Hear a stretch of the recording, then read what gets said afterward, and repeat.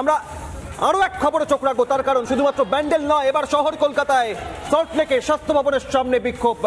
এর আগে বঞ্চনার শিকার হয়ে বারংবার নিজেদের দাবি নিয়ে আশাকর্মীরা স্বাস্থ্য ভবনে গিয়ে হতাশা নিয়ে ফিরেছেন, আশাকর্মীরা হতাশাগ্রস্ত হয়েছেন। আর এবার চুক্তিভিত্তিক স্বাস্থ্য আধিকারিকরা অভিযান করছেন স্বাস্থ্য ভবনে। সল্টলেকে স্বাস্থ্য ভবন, রাজ্য স্বাস্থ্য দপ্তরের সদর কার্যালয়ের সামনে চুক্তিভিত্তিক স্বাস্থ্য আধিকারিকদের অবস্থান, অভিযান। সৈকত প্রতিনিধি সরাসরি রয়েছেন। কি দাবিকে সামনে রেখে আজকের এই ছবি সৈকত?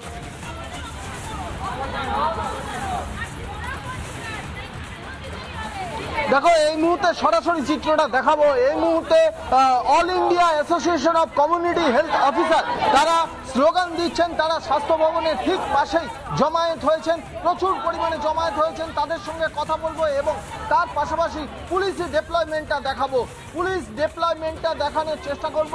পুলিশ ইতিমধ্যেই এসে জমায়েতকারীদের সঙ্গে কথা বলছেন। অন্যদিকে এই যে জমায়েত, সেই জমায়েতের সামনে পুলিশ ডিপ্লয়মেন্ট রয়েছে, মহিলা পুলিশ ডিপ্লয়মেন্ট রয়েছে, পুলিশের যে প্রিজন ভ্যান সেগুলো রয়েছে। আমি সরাসরি চলে যাব, যারা আন্দোলন করছেন তাদের সঙ্গে কথা বলবো। আজকে আপনারা এই স্বাস্থ্য ভবন বা ডেপুটেশন দিতে বাধ্য হলেন কেন? আমরা দীর্ঘদিন ধরে বঞ্চনার শিকার। আমরা অনেকবার ডিজিএইচ স্যারের সাথে কথা বলতে চেয়েছি। ইভেন আমরা 2 মাস আগে একবার ডেপুটেশনও দিয়েছি। তখন আমাদেরকে আশ্বাস দেওয়া হয়েছিল যে আমাদের স্যালারি ইনক্রিজ করা হবে, কিন্তু আজকে 3 মাস হয়ে গেছে, তারপরেও আমাদের স্যালারি ইনক্রিজ করা হয়নি। আজকে আমরা রাস্তায় কাজ করতে গিয়ে যদি আজকে একটা অ্যাক্সিডেন্ট হয়, আমাদের কোনো ক্ষতি, আমাদের পরিবার। সরকারের তরফ থেকে কোনো ধরনের নিরাপত্তা না, আমাদের কোনো নিরাপত্তা নেই, আমাদের কোনো স্বাস্থ্য বিমা নেই, আমাদের কোনো নিরাপত্তা নেই, আমাদের কোনো স্বাস্থ্য বিমা নেই। আজকে আমাদের কলিগ একটা মেদিনীপুরের রোড অ্যাক্সিডেন্টে মারা গেছে, ওর বাড়ির লোককে তো কেউ খোঁজ নেয়নি যে আজকে মেয়েটার ফ্যামিলি কেমন আছে। ও তো গভর্নমেন্টের সমস্ত পরীক্ষা সমস্ত কিছু দিয়ে আজকের এই জায়গায় এসেছিল।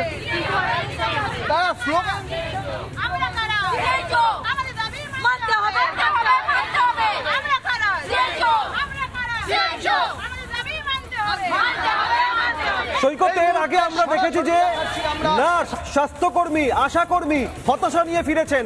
আর এবার যাদের কমিউনিটি হেলথ অফিসার আধিকারিক হিসেবে নেওয়া হয়েছে তারাও এভাবে বঞ্চনার শিকার হচ্ছেন।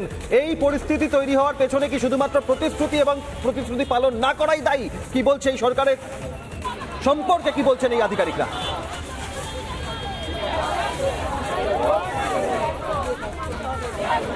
তাদের সঙ্গে আরো একবার কথা বলবো।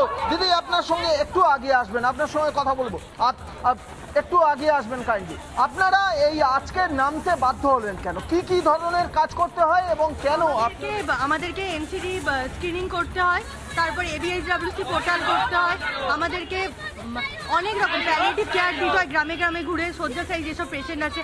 তারপর আপনার হচ্ছে যে ক্যান্সার স্ক্রিনিং করতে হয়, বিভিন্ন breast cancer screening, cervical cancer screening, বিভিন্ন টিবি স্ক্রিনিং সব কিছু করতে হয়, কিন্তু আমরা সমকাজে সমবেতন পাই না। সমকাজে সমবেতন পাচ্ছে না। এর আগে আপনারা স্বাস্থ্য ভবনের আধিকারিক, এর আগে আমরা স্বাস্থ্য ভবনে আমাদের প্রতিনিধি দল গিয়েছিল, আমাদেরকে বারবার শুধু আশ্বস্ত করে দিচ্ছে যে আপনাদের কাজ হয়ে যাবে। ওনারা সেরকম বুঝে কাজ করেছেন, কিন্তু আমাদের এখনো পর্যন্ত কোনো কিছু ইমপ্রুভ হয়নি, এখনো পর্যন্ত ইমপ্রুভ কিছু করেনি। ওনারা শুধু বারবার আসছি, আন্দোলন করছি, চলে যাচ্ছি, ওনারা আশ্বস্ত করছেন না, মানে আমরা চলে যেতে হবে। অর্থাৎ বারংবার তারা দাবি তুলেছেন, যারা জমায়েত হয়েছেন আরো ভিতরের দিকে, অর্থাৎ এই জমায়েতের আরো ভিতরের দিকে যাওয়ার চেষ্টা করব। তারা কি বলছেন একটু যদি এগিয়ে আসেন। আপনারা বারংবার আপনাদের দাবি জানিয়েছেন, তারপরেও কি সদুত্তর পাওয়া যায়? না, আমরা কোনো কিছুই পাইনি। এর আগেও আমরা এসেছিলাম, আমাদের বলা হয়েছে 1-2 মাস পরে আমাদের উপরে দেখবে, আমরা যা ন্যায্য মূল্য পাই সেটার উপরে দেখবে, কিন্তু এখন পর্যন্ত আমরা কোনো কিছুই পাইনি।